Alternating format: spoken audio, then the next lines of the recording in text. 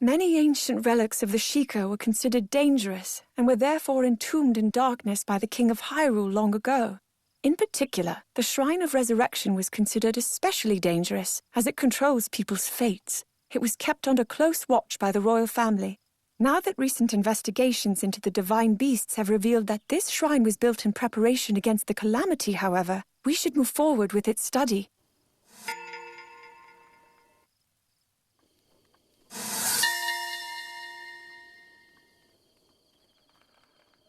Past this gate is a snowy landscape, cold enough for one to freeze there. The area is a place where heroes can test their skills, but the landscape is clearly not a natural phenomenon. Perhaps some ancient technology we have yet to learn about is being used here.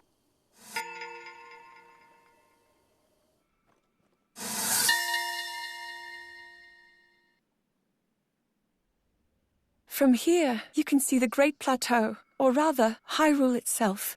At the castle, we are king and princess, but while here, we were father and daughter. It was in this place that I learned about everything from paragliders to cooking. I still remember the feeling of the warm doublet father wrapped around my shoulders.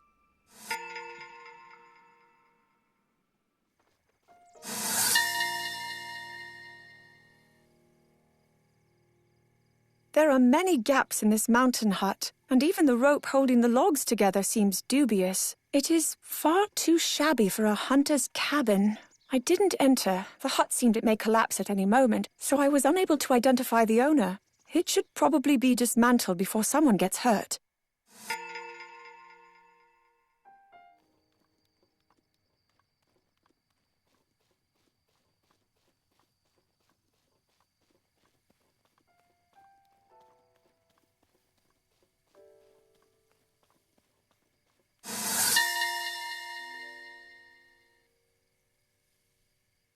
Royal princesses have a sacred power which is claimed to have been passed down generation after generation.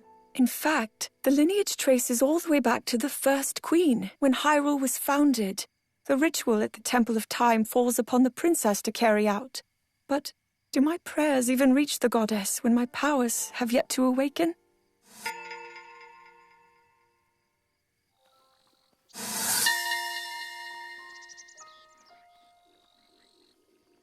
When I first saw a hot-footed frog at Hopper Pond, I couldn't take my eyes off of it. I came here every day to observe it. Mother's face grew stiff when I showed her the frog, though she never expressed outward disdain for them. She probably didn't want to speak poorly of something I liked.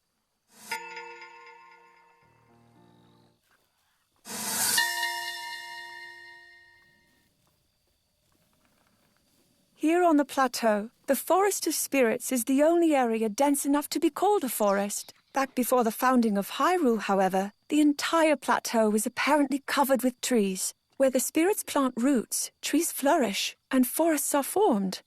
In ancient times, this may have been a village of spirits.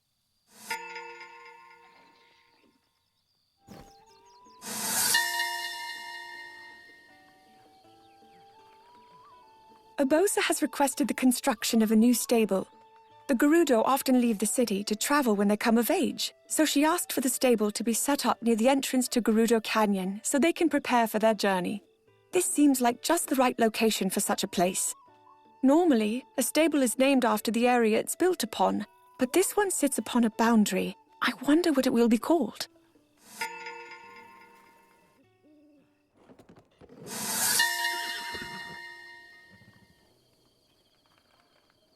Hyrule Castle was here on the Great Plateau in ancient times and is still under the protection of the kingdom. Father has decreed that the people are free to worship at the Temple of Time. Barring that, however, only the royal family may enter here. I imagine that is because the royal family still has many connections to this area.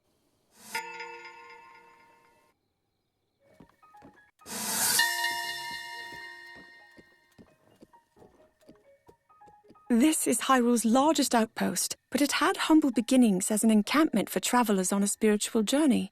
Recently, a garrison was completed nearby, so the outpost now seems to serve as a place for soldiers to rest after long days, its watchtower apparently a gift from them.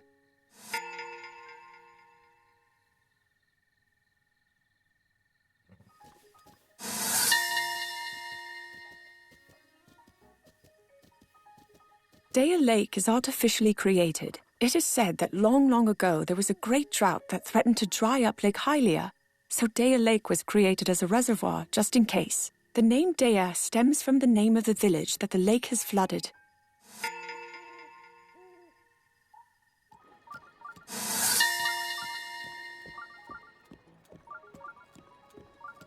Once upon a time, Dueling Peaks was one mountain.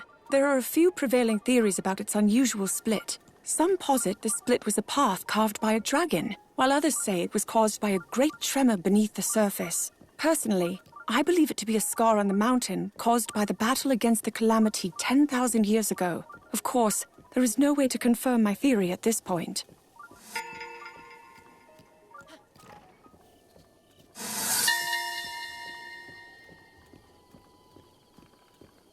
For generations, the Sheikah have lived in Kakariko village. The town has been their refuge ever since they were banished from Hyrule. Their advanced technology was viewed as a threat. The village itself is nestled in the mountains as an intentional hiding place. I imagine it feels as a haven to them.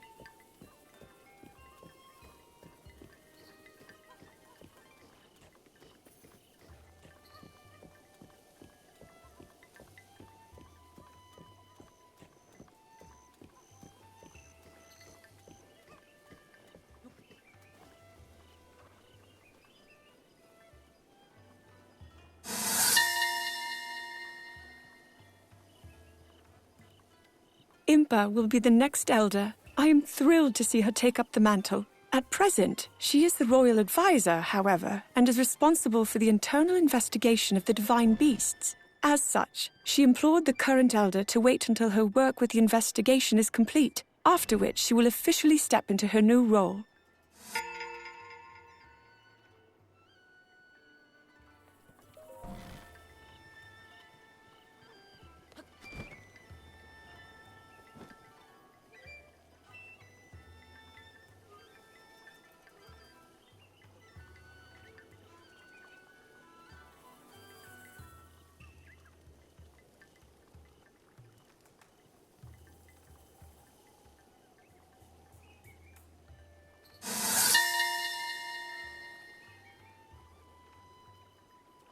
The researchers here are hard at work raising ornamental carp.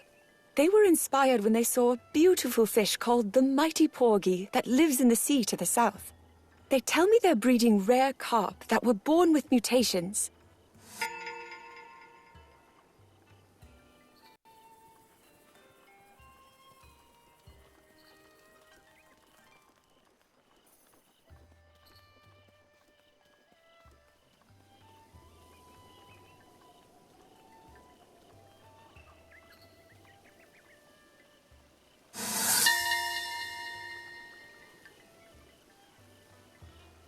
This frog statue is the guardian of travelers, though I don't believe anyone knows why it's a frog specifically.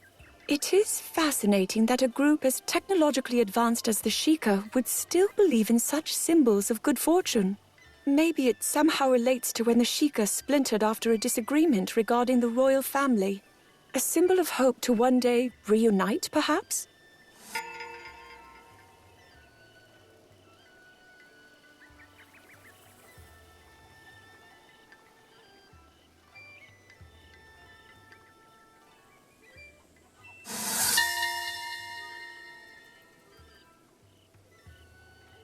The people of Kakariko village cherish plum trees as a symbol of Sheikah history. Rejoicing that a dear friend had been blessed with a baby, Impa planted one such tree and ended up covered in mud in the process. It was her wish that her friend's child would end up healthy and happy.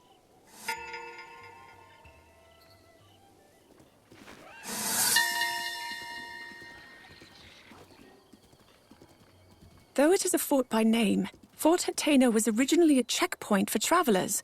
It's clear it hasn't been in use for some time. I can see areas where the structural integrity is in question. If we repair it now, while we are able, it may serve as an outpost for soldiers. It seems a useful repurposing as the Calamity approaches.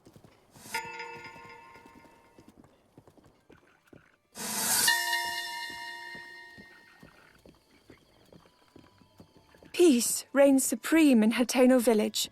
It's easy to see why, with all the farmland. Yet they have little sense of the impending crisis of the Calamity. Perhaps the best measure is to increase the number of soldiers at Fort Hateno. Or perhaps not. No. Instead, I should begin by speaking with the mayor about putting guards at the village entrance.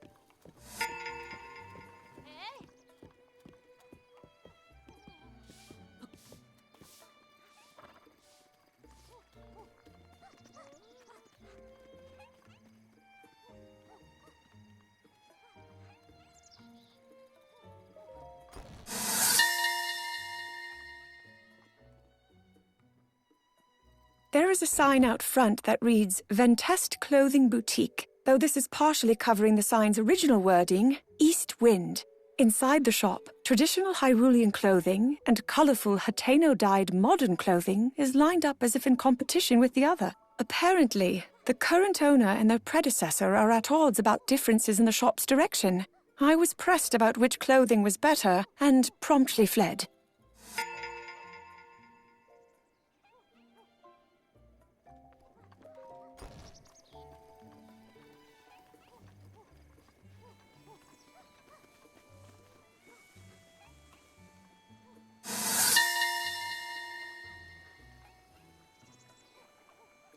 The Kochi dye shop is considered without peer all across Hyrule. The owner, too, is without peer.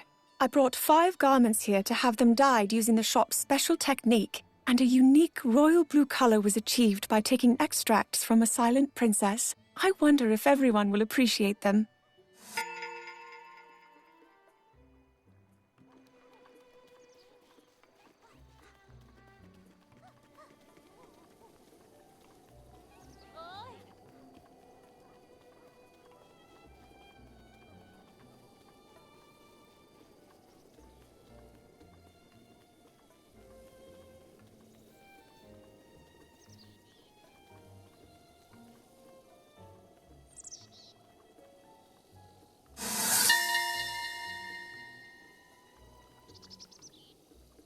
The horned statue.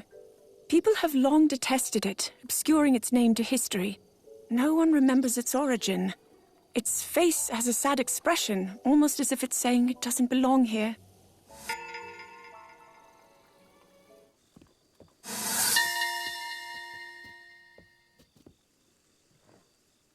The founder of Hateno Pasture let me try a sample of food that was processed using milk. The subtle texture and mild flavor was so enjoyable that I couldn't stop myself from eating quite a bit of it. I asked to see the recipe, but unfortunately the handwriting was scrawled in such a way that I couldn't make out a single word.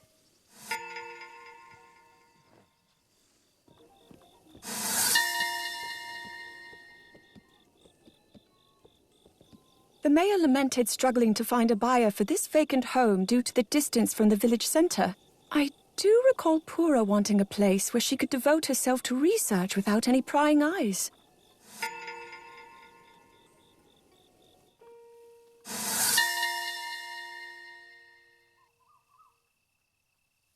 The view from here is, as ever, unchanging.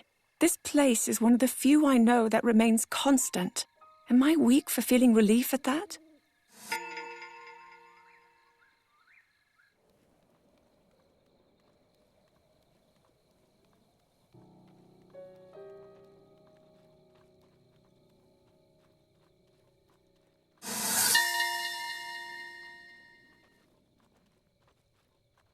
I've heard stories that if you want to cut ties with someone or something, chanting their name while crossing through the middle of the pond will do precisely that. The pond's shape resembles a heart, and I wonder if the path in the center was created as more and more people walked it, compacting the soil. I hope that malice never forms here.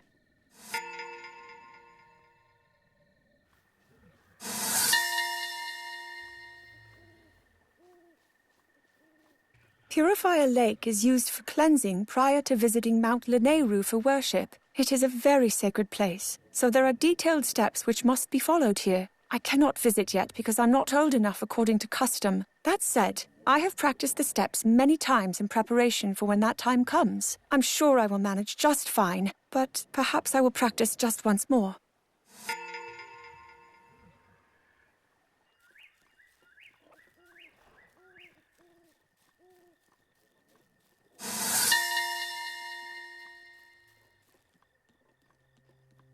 This is the spring where Nehru, goddess of wisdom, is worshipped. Those younger than 17 lack wisdom and are forbidden from entering the mountain. Today, all I can do is look up at it, but tomorrow, I climb Mount Lanayru. If my sealing power doesn't awaken... No, it will. I'm certain it will be fine.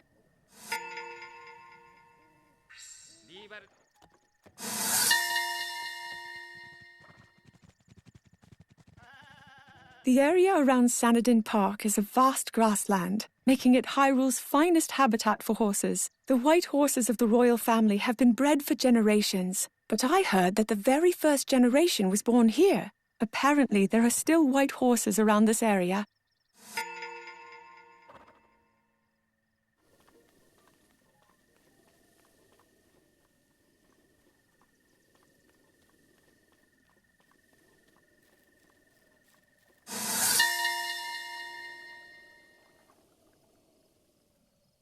There are only 2 cherry blossom trees in Hyrule.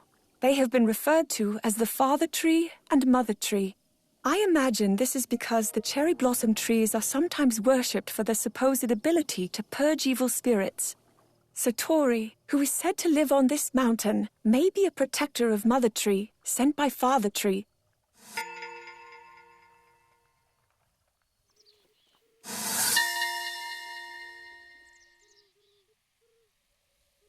The origin of the Dragon's Blood Tree's name is unknown. At one time, the water from the surrounding mountains flowed into a network of rivers on this plateau. Perhaps the water itself was likened to bleeding, the network to blood vessels, and over time, it came to be associated with dragons, thus the current name.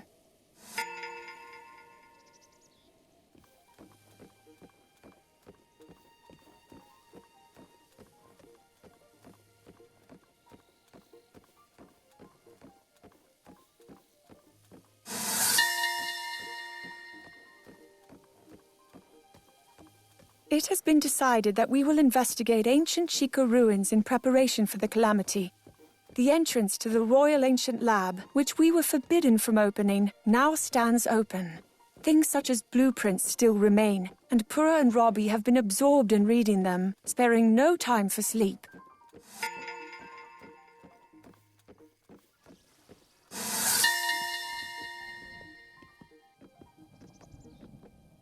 With the Rito and Gerudo coming here to offer up specialty wares from across Hyrule, Marita Exchange is always a lively place. In particular, the fish being sold here are popular among Rito and Gerudo alike. They sell out almost immediately.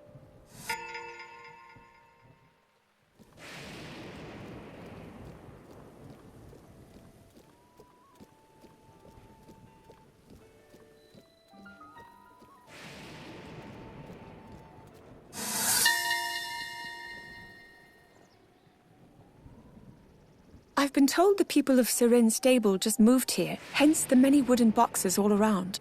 Originally, stables were started up by nomadic people who would host travelers. It seems the tents at these stables are a relic of such times.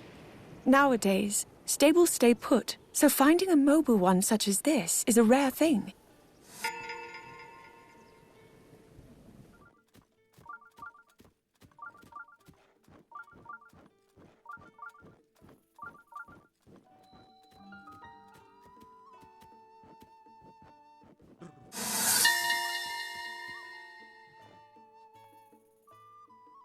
The bridge on the south side of Tanagar Canyon is closed because of deterioration, which means the travelers coming and going from Hebra are funneling here to Snowfield Stable.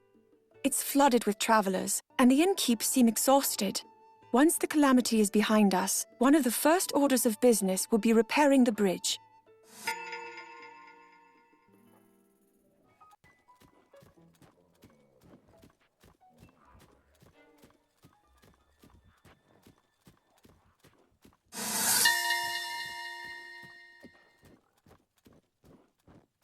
Year after year, more villagers depart from Tabantha village never to return. It seems the bitter cold is challenging company. Now there are few who live here and lines of empty homes. Many of the people who work at Snowfield Stable are originally from here.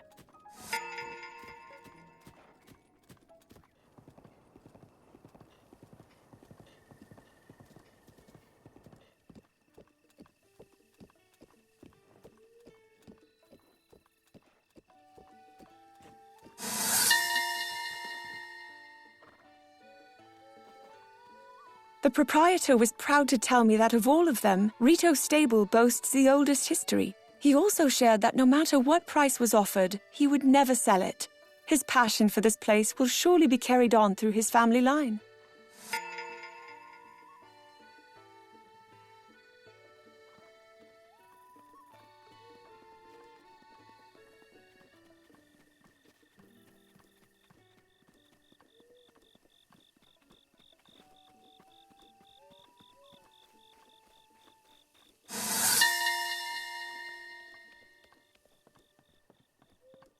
Divine Beast Var Meadow seems to be soaring easily through the air. Training must be going well.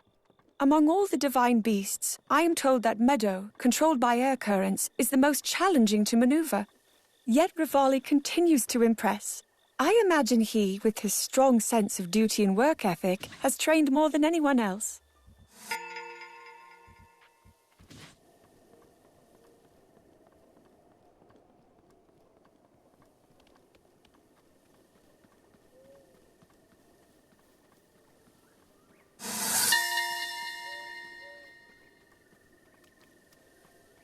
This stone pillar towers overhead in the center of the village. It occurred to me that it may be Meadow's perch, and a frightful image sprang to mind, one of the pillar crumbling beneath the weight of Meadow. However, this divine beast is far lighter than it appears as compared to the others. My concerns, ultimately, are unfounded.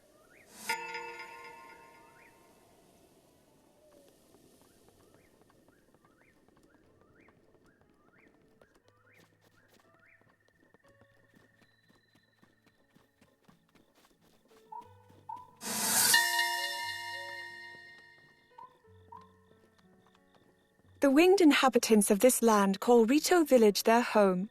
The wind currents facilitate upward mobility throughout its vertical design, allowing the Rito to fly from one area to another with ease. Additionally, platforms were originally constructed to connect the areas for other peoples, but it seems even the Rito are using them more and more.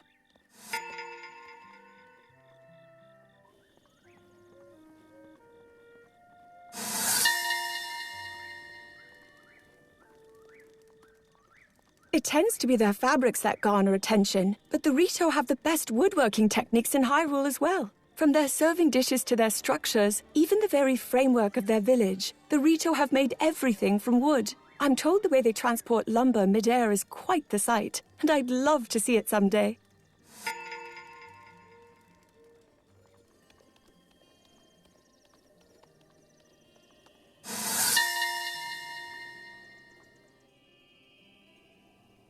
Rito fabrics are high quality, making them popular at the exchange. Mother adored this store and special ordered this coat. It is made with the finest of down feathers. It fits me so perfectly that it feels as though it were custom made for me. To think, I am the same height as Mother now. It brings up such feelings in me.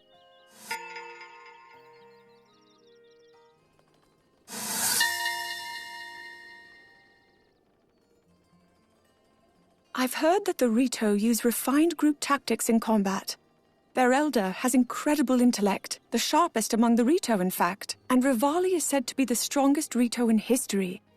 It is said that they're an ironclad force, unlike any ever witnessed. I even sensed remarkable composure from the elder, as he told us not to worry about them. It was reassuring.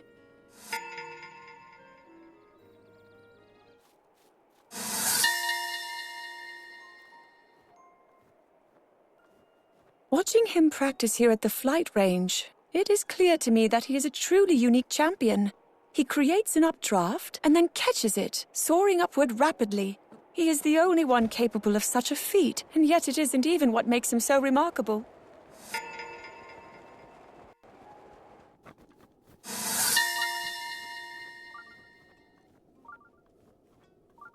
I've always wanted to investigate the Hebra Mountains up close. It appears the mountainside has been scarred by an energy blast. Naturally, I would think this scarring was a direct result of the Calamity 10,000 years ago. But were that the case? From what I can tell by looking at it, it would seem the mountain was blasted from the direction of Hyrule Castle. I find this unsettling.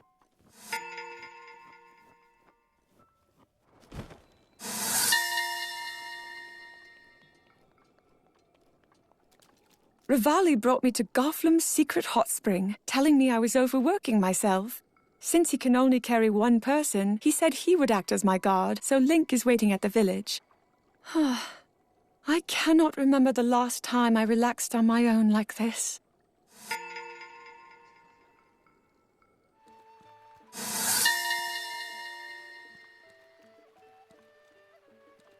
Father decided that the stables would be places of refuge in preparation for the Calamity. In his words, there is more to protecting our people than simply fighting. The Stable Association was thus established to further strengthen cooperation, and Mestro, proprietor of Wetland Stable, was appointed as its first chairman.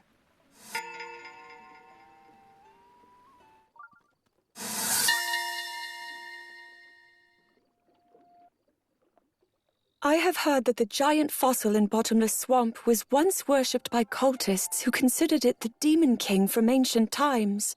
It is said that their blasphemous words against the goddess summoned evil spirits, turning the water impure and changing the very shapes of the rocks to ominous forms. Now it serves as a den for monsters, so setting foot inside is not possible.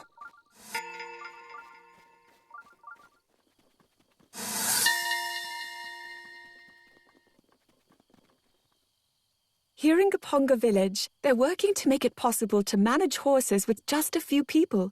This would be achievable by using the small islands scattered about Lanayru wetlands as stables. There's a grassy field at the village's entrance where the horses seem to be living at ease, and the villagers here even told me my white horse is beautiful.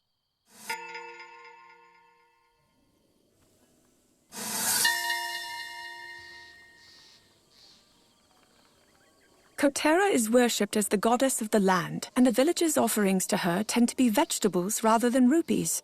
It sounds like she's been less lively due to a decrease in rupee donations lately. Self-sufficiency is taking root in Kakariko village, so perhaps fewer people see the value in rupees.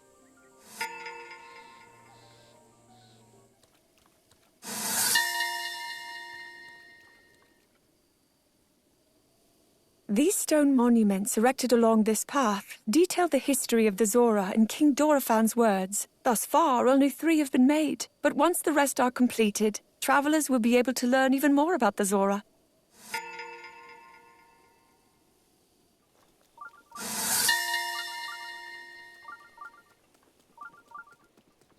The land of the Zora, known as Zora's Domain, is home to the champion Mipha and the guardians of the Great Spring.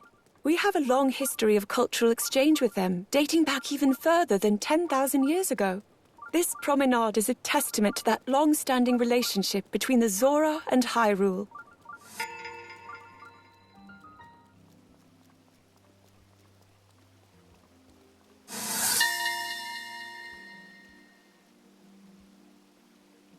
This depiction of Mipha is truly exquisite, though that is hardly surprising. Zora's Domain is home to talented metalworking artisans after all. It is said that this statue is made not only to honor her elevation as a champion, but also to act as a beacon for her safety, in the hopes that she will return home. She was embarrassed by it, however, and has asked King Dorafan to move it somewhere less prominent once she completes her duty.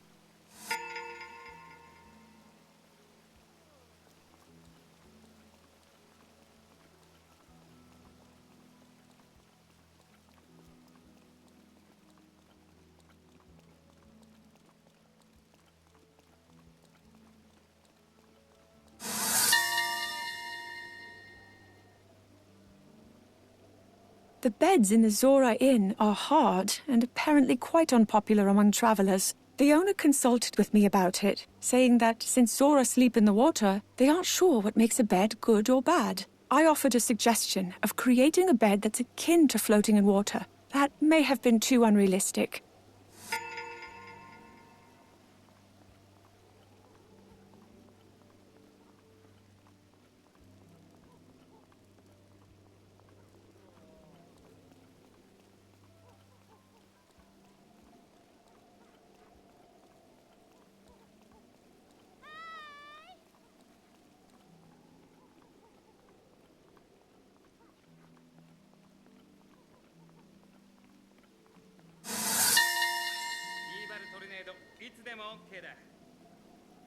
The stone architecture and metal engravings of the Zora are astonishing. Truly, the village itself is a work of art. The Zora made the buildings, furniture, and even the books out of a water-resistant ore. Technology such as this could be developed only by the Zora.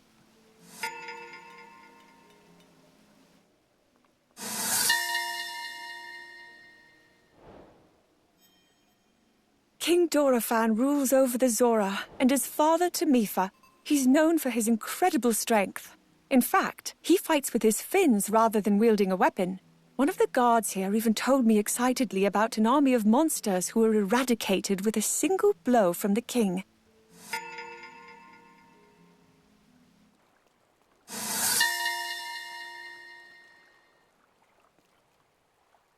Divine Beast Varuta is named after the Zora sage. I wonder if it was submerged in water by the King of Hyrule when the reservoir was made.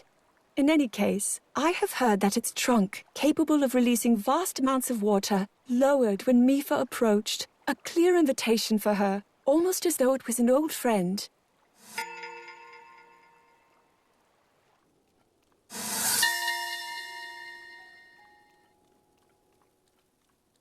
The Zora used Shatterback Point as an area to demonstrate their courage. I understand this was once a crowded and lively place. Many young people came to test their mettle. But ever since a Lionel took residence in the mountain, no one dares go near. No one except Sidon, I fear. Mipha expressly told him not to go, but he got a look in his eye when she did.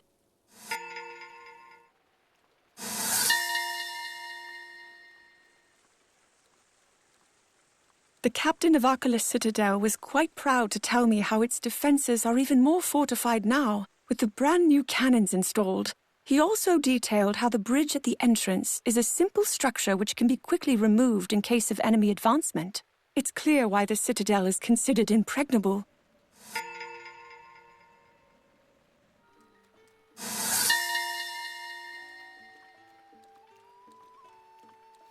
At Pura's urging, South Akala stable was built.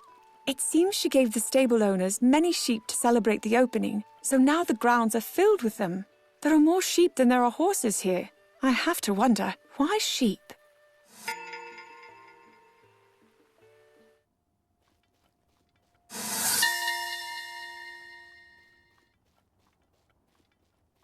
The Shadow Hamlet is a secluded village where people prefer to live somewhat disconnected from the rest of society. Many in Hyrule do not even know this place exists.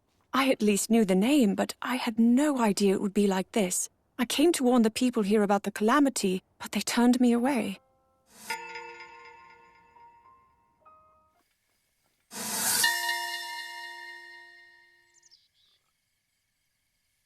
There are ruins scattered across Tauren wetland. It would appear this place was once a settlement. I imagine the village may have been abandoned due to the inhospitable nature of the wetlands here. The soil is so damp that it would prove challenging to build on.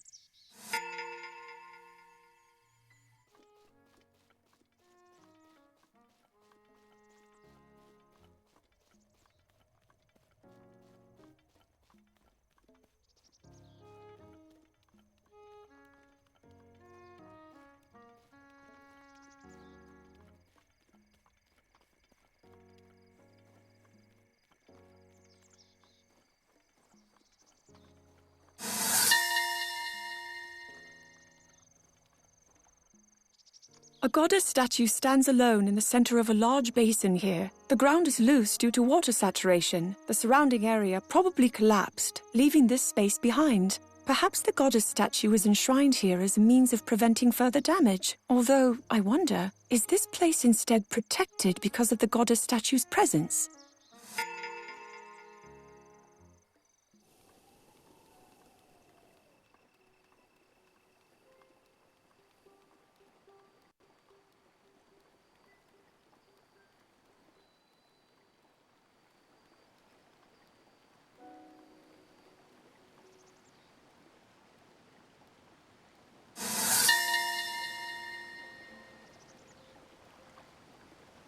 This is the spring where Din, goddess of power, is worshipped. Once she was one of the three goddesses, alongside courage and wisdom, but it is said that faith in her dimmed due to power being seen as a symbol of the Demon King. The terrain around the spring is complex and covered with roughly chopped trees, suggesting this place was once used as a training site of some kind.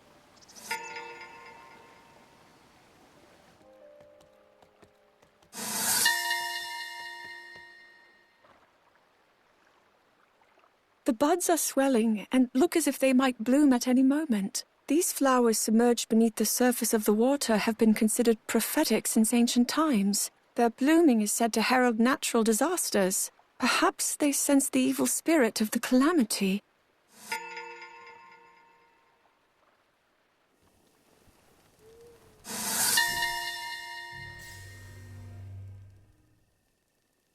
It's called a lighthouse, but my understanding is that it was built as more of a watchtower. But to watch over what, I wonder? Beyond here lies Lomé Labyrinth Island, home to ancient ruins shrouded by mystery. Even approaching the ruins proves challenging. Some scholars posit that evil spirits are trapped there. Perhaps this lighthouse served to watch over the island? I'm probably overthinking it.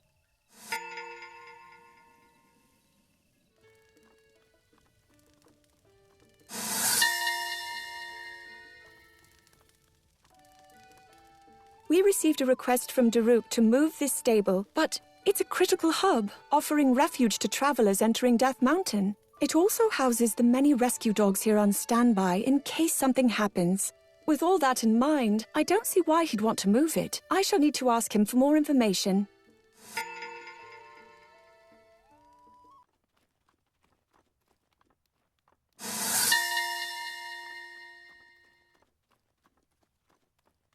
Just beyond the moor of Death Mountain is a scorching region. The heat from the flow of lava can be intense. So intense, in fact, that it can take one's life should they fail to prepare accordingly.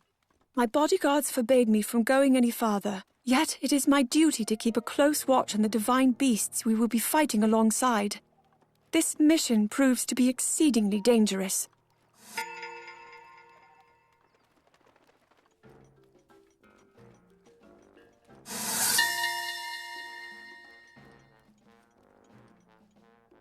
Goron City is watched over by Daruk, chief of the Gorons. Despite coming equipped with fireproof elixir, I didn't quite bring enough of it.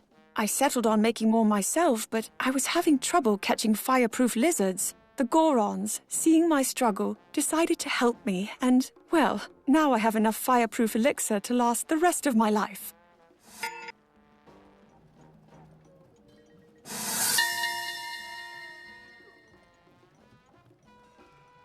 When I dropped an apple here, it wasn't long before it became a baked apple. After that, I tried my hand at grilling some meat and fish in the same way. I found it rather convenient, without need of a pot or a fire. Although one Goron watched me curiously, I imagine it must have been an unusual sight for him. After all, they primarily feast upon rocks.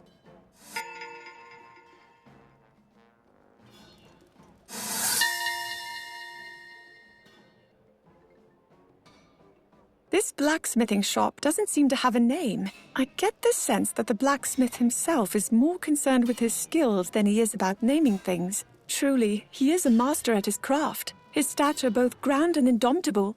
Without so much as a momentary pause while striking the iron, he proudly told me that he was the very one who made Daruk's boulder breaker.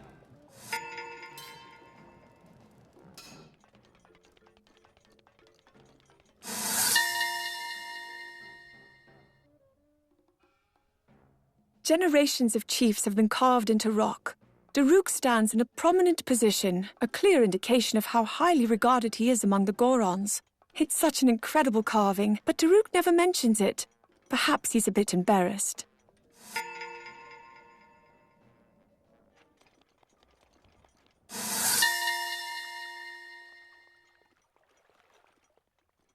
One might find many eggs floating in the water of Goron hot springs. I had the impression that they eat only rocks, but apparently Gorons consider hard-boiled eggs a favored snack. The Gorons appear comfortable soaking in the steaming water, but I suspect a Hylian would end up rather boiled themselves.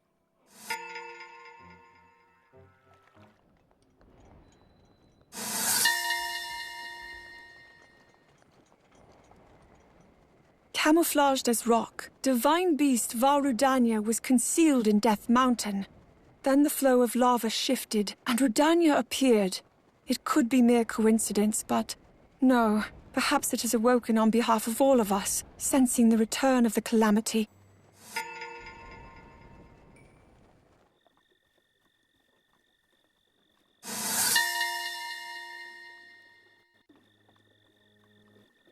The existence of a shrine has been confirmed here at Typhlo Ruins. Could that darkness act as a test to the one chosen by the sword that seals the darkness? I don't think I can go much farther, however. I wonder if I will have to ask him to come investigate. No, I don't want to have to rely on him for this.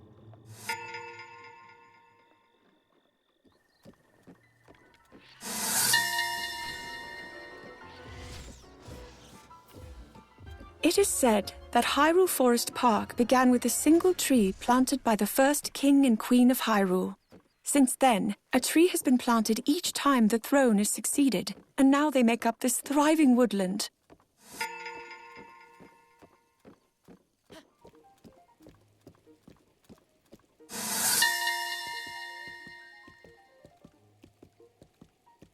Though it is small, this settlement is the oldest in the land. Named after the founding king of Hyrule, there are various theories regarding the specificity of that name. Some believe that it was the king's residence, others that it was a village of his most ardent supporters, and yet others claim it was the birthplace of the Hylian queen. Ultimately, I'm not sure even the villagers themselves know the true origins of the name.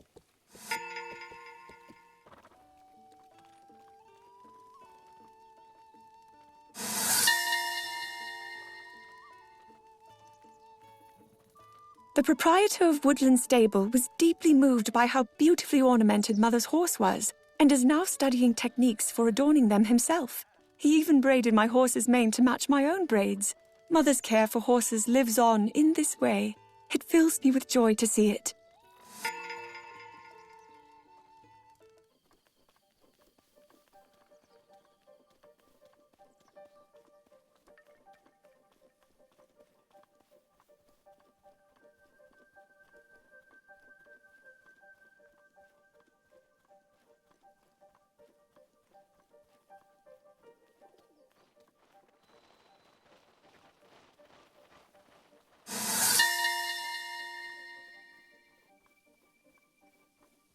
Great Hyrule Forest is a sacred place where spirits reside.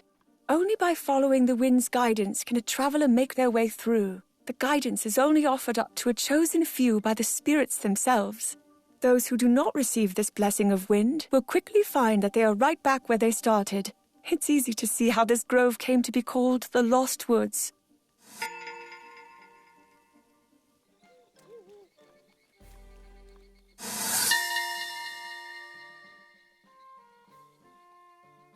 When I heard Father announce that the knight chosen by the sword that seals the darkness was Link, I felt anything but calm inside. Whenever I hear that name, an anxiousness sets in. Even more challenging are my feelings of envy toward him. I wonder if there will ever be a day when I can look him in the eyes.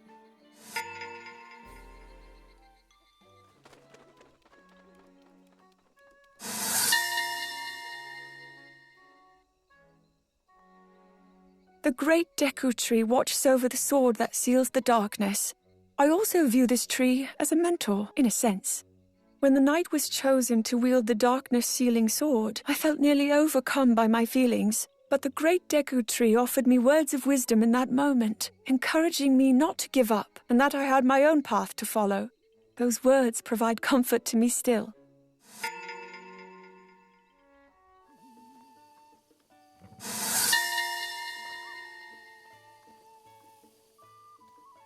The Highland Stable.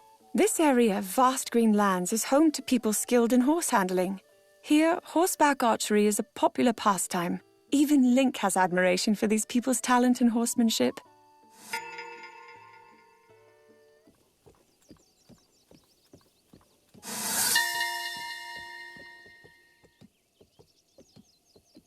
There was a time when boars were worshipped as symbols of power. However, I remember reading in literature that the Demon King took the form of a boar and that, upon learning this, people came to regard them as evil. I checked around this entire area, and all the stone boar statues show considerable damage.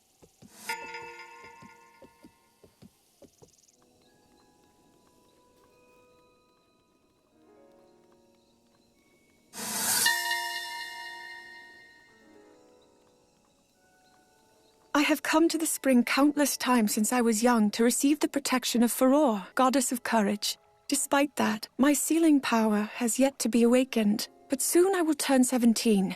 I'm certain that if I train on Mount Lanayru, that will change things.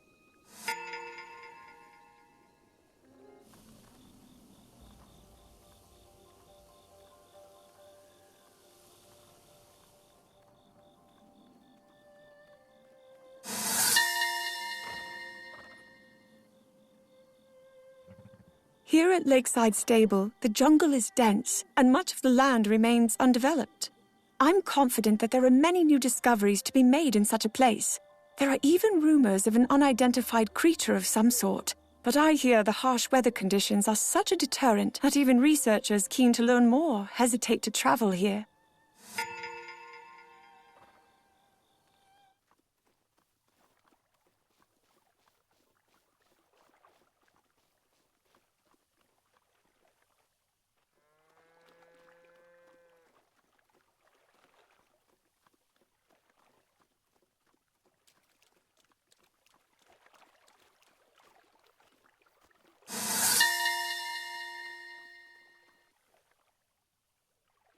Tuft Mountain is a destination for many mountaineers.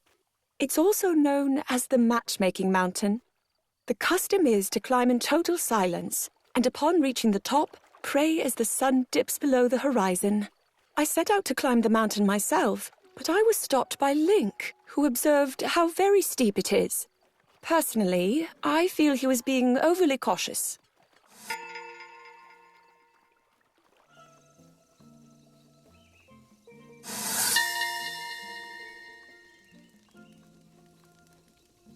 The cove here in Lurelin village is so lively with its many boats. Even before anyone recognized who I was treated with hospitality and warmth. The villagers served me a dish with an exquisite, vibrantly colored fish. You cannot find such a fish anywhere around the castle.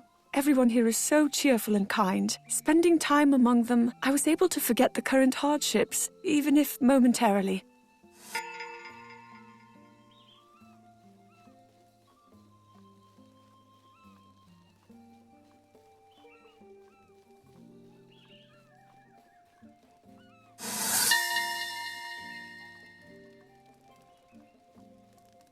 I'm told the houses of Lurelin village were built by shipwrights, so they're as sturdy as ships. Perhaps that is a tradition among fishing villages. The head of the village told me, however, that there are fewer and fewer shipwrights these days, and it may be challenging to rebuild if the existing homes were destroyed.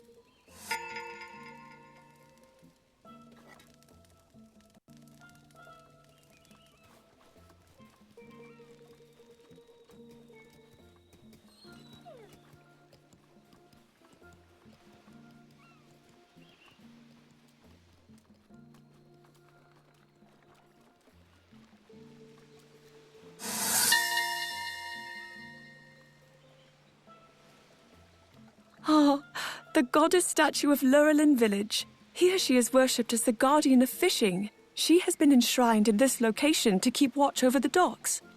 The villagers provide offerings of their catches each day. I noted a rather large pile of fresh fish and crabs placed at her feet.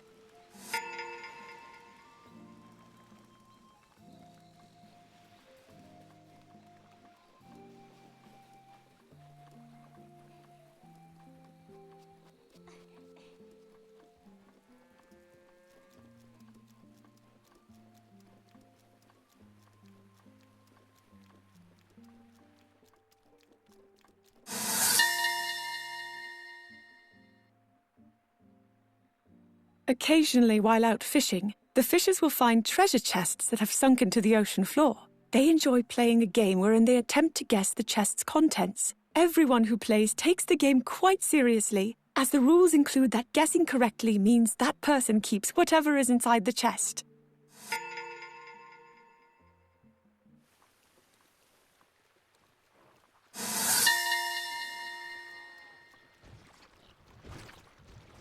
Cape Cressia is commonly referred to as Demon King's Claw, but nobody seems to know the origin of that name. Areas where evil spirits gather occasionally experience unique topographical shifts. I find myself wondering if this is such a place.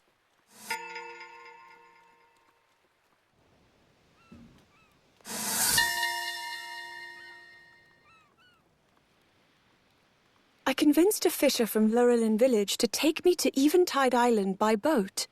I've heard this island served as a final training ground for monks. I wonder what kind of rigorous trial awaited them here. Now, however, the island is overrun by monsters. I had no choice but to abandon going ashore.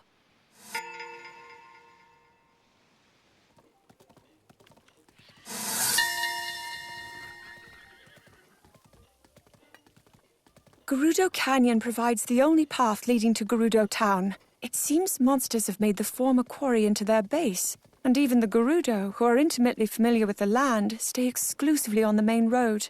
Urbosa warned me countless times to exercise the utmost caution when traveling through here.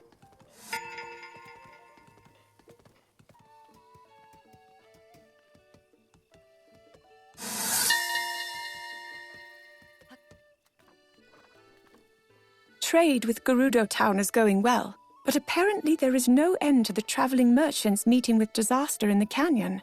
Though the Gerudo may be accustomed to the road, it is a difficult one for Hylians. I'll speak with Father about whether we can have a stable built here.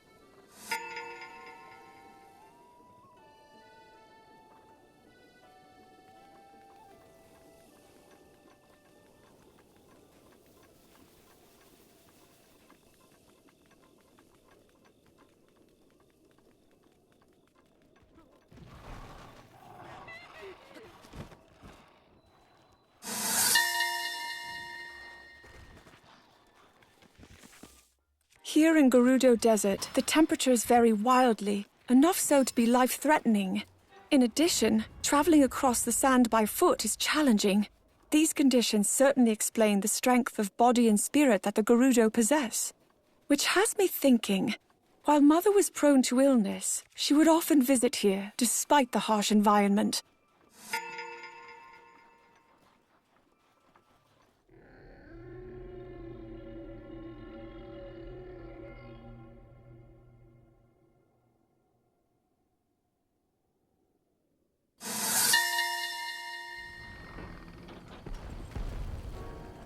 Divine Beast Varnaboris. 10,000 years ago, the Divine Beasts were active, and they, along with the ancient relics, were intentionally hidden away. This was because they were feared due to their astonishing power. Having heard a prophecy speak of this place, we deduced that this was the location of Divine Beast Varnaboris. Coming upon it now is truly breathtaking.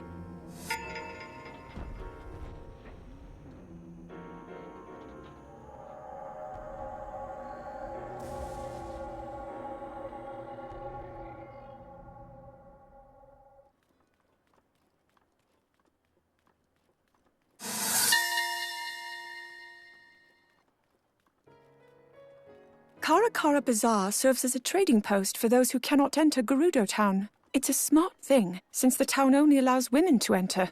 Urbosa warned me to be on alert for the Yiga clan here, but I cannot imagine they would attack in a place as crowded as this. She worries a bit too much.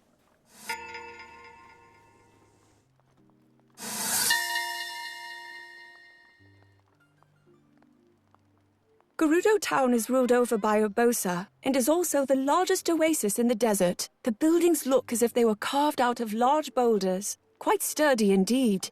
When your home is a desert with numerous dangers, having strong walls is a sure way to stay safe.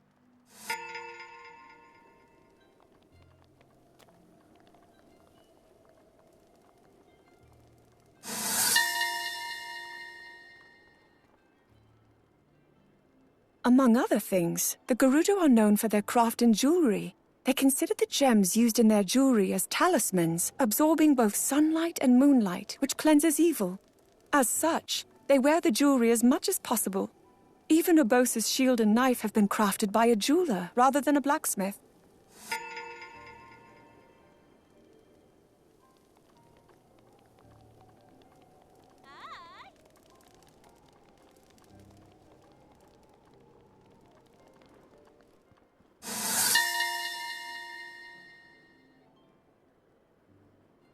The Noble Canteen's famous cocktail is known as the Noble Pursuit. Gerudo preparing to seek the voe of their dreams drink it for good luck.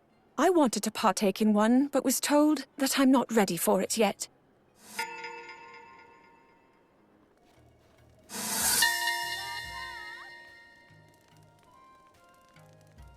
The sand seals, which I understand to have evolved from an aquatic creature of some kind, reside only in Gerudo and move through the desert as if swimming.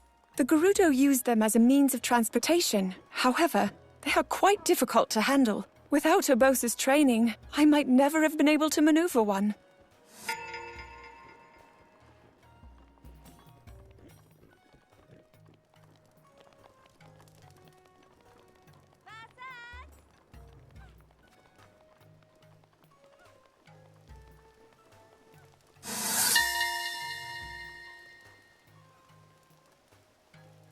Chief Urbosa has made the decision to offer the Gerudo support in subduing the Calamity. She and I have been close friends for a long time now, but the conversation leading to this decision was the first time we spoke as formal representatives of our people. She is as transparent as always in her motivations, to protect those she cares for. And this is also why she is so trustworthy.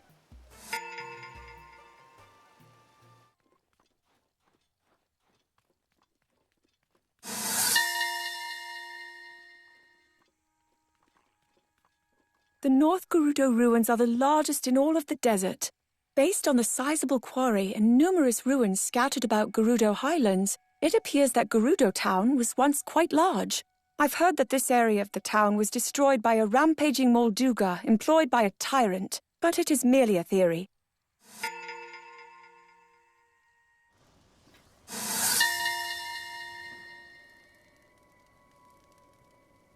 There have been accounts of dragon sightings since ancient times. I have been traveling to places related to these accounts in hopes of receiving the dragon's blessings, but so far I've had no luck. It seems many of the rumors are little more than folklore. As such, I thought that people were likely mistaken about seeing a dragon here in Gerudo Highlands. But the way the snow has been disturbed, it does appear as though a sizable creature moved through it. Perhaps this is the dragon's path.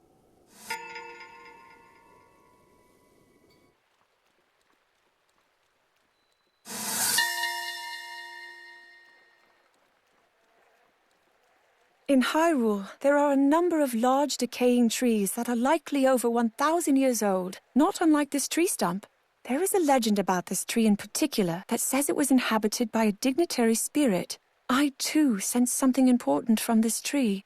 An archaeological survey will soon take place here, so I cannot wait to hear about their findings.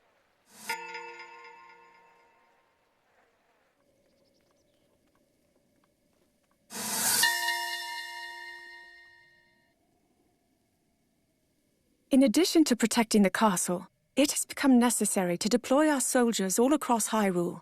Outpost ruins are being temporarily used as military bases. The fountain at the center of Hyrule Garrison looks quite out of place, but it serves as an area of respite for the soldiers.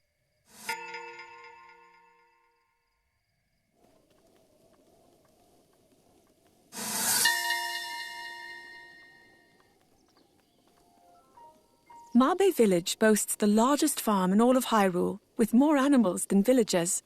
From making hay to processing milk, it's clear when something has come from Mabe Village, and the villagers take pride in that fact.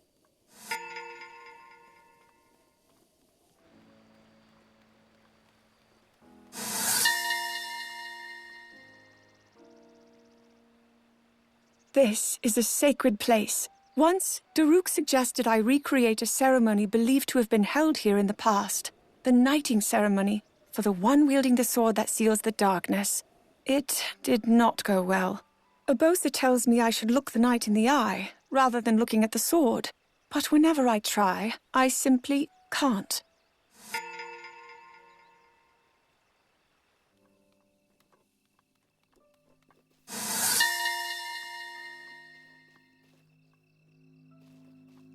This is the center of Castle Town, otherwise known as Central Square.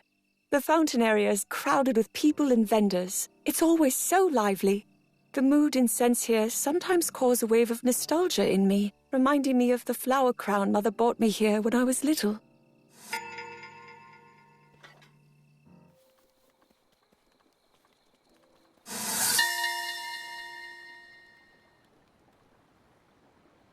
Beyond the moat bridge lies a prison where those who have committed grave crimes are sent. Ever since I was small, I have been forbidden to cross here.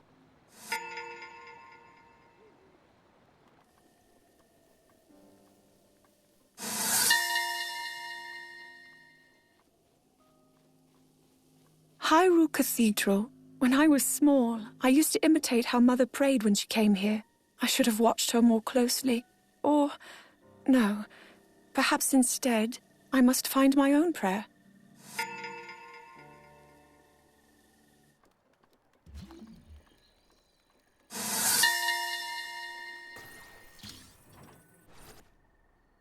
I understand that the gates of Hyrule Castle are being built in preparation for the Calamity.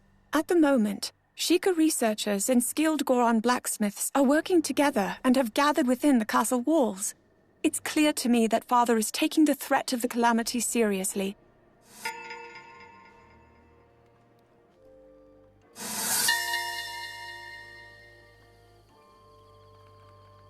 We are fortunate that so many aspiring soldiers have come to our aid from many different settlements.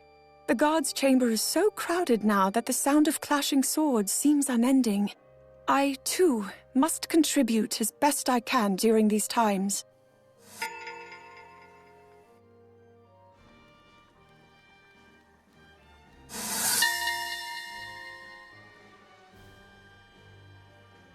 The purpose of a gatehouse such as this is to allow enemy soldiers in, only to seal the entrance shut, cutting them off from their forces before wiping them out entirely. Over its long history, the first gatehouse has never been breached.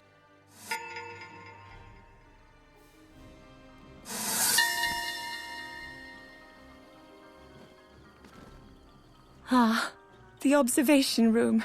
Father would often stand here, looking with kind eyes down upon the bustling town below. I recall him saying, "One cannot rule a country without knowing its people."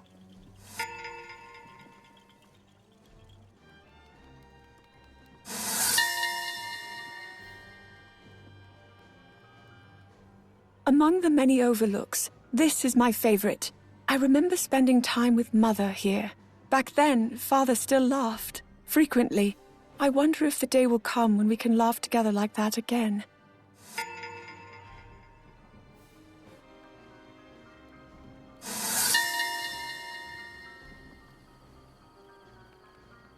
Despite the lovely bed prepared for me here in my room, I cannot remember the last time I was able to sleep the night through.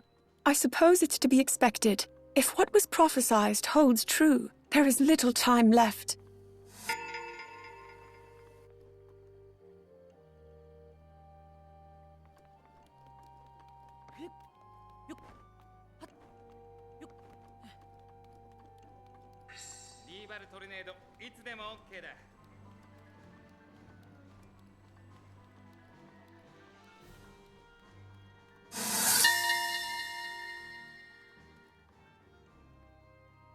This place was originally used as a watchtower, but I've repurposed it into my own study. It's perfect for conducting my studies away from Father's prying eyes. At the moment, I'm learning about ancient relics, as well as the preservation of endangered species.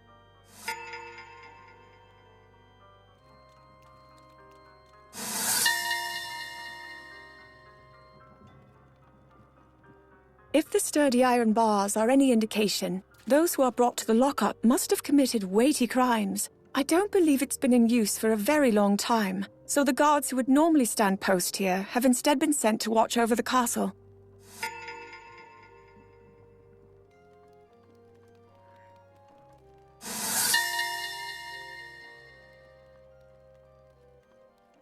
I've heard the docks were originally built as an escape route for emergencies. Now, instead, it serves as a bustling hub for merchants and fishers. I've not seen that large brazier lit before. I wonder if there is a reason for it.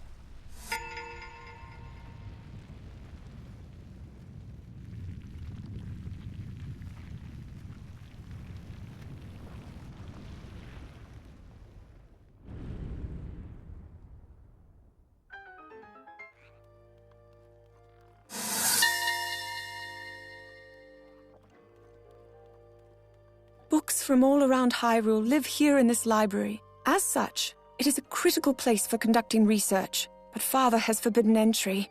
Guards are on constant watch just outside the entrance. So, for now, it's best to enter using the hidden passage from the docks.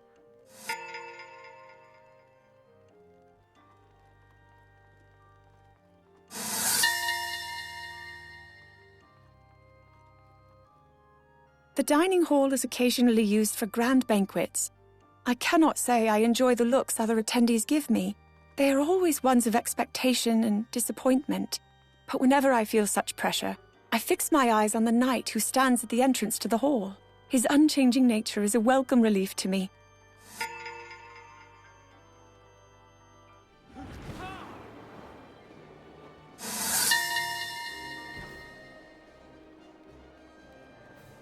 Days begin and end with the toll of this bell. Typically, it is heard throughout the castle and the town below. In the event of an emergency, however, its tone rings loud and clear all through Hyrule.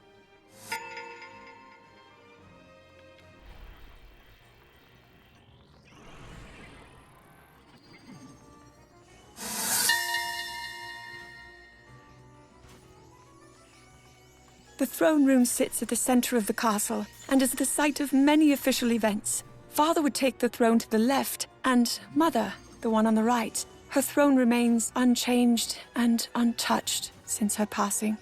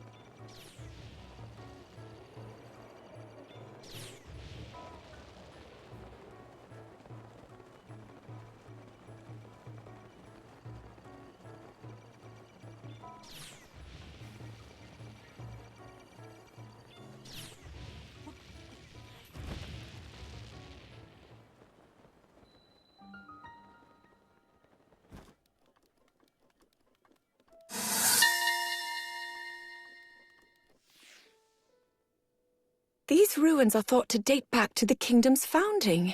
It seems likely that something of great value was once here, as there are many guardians in the area.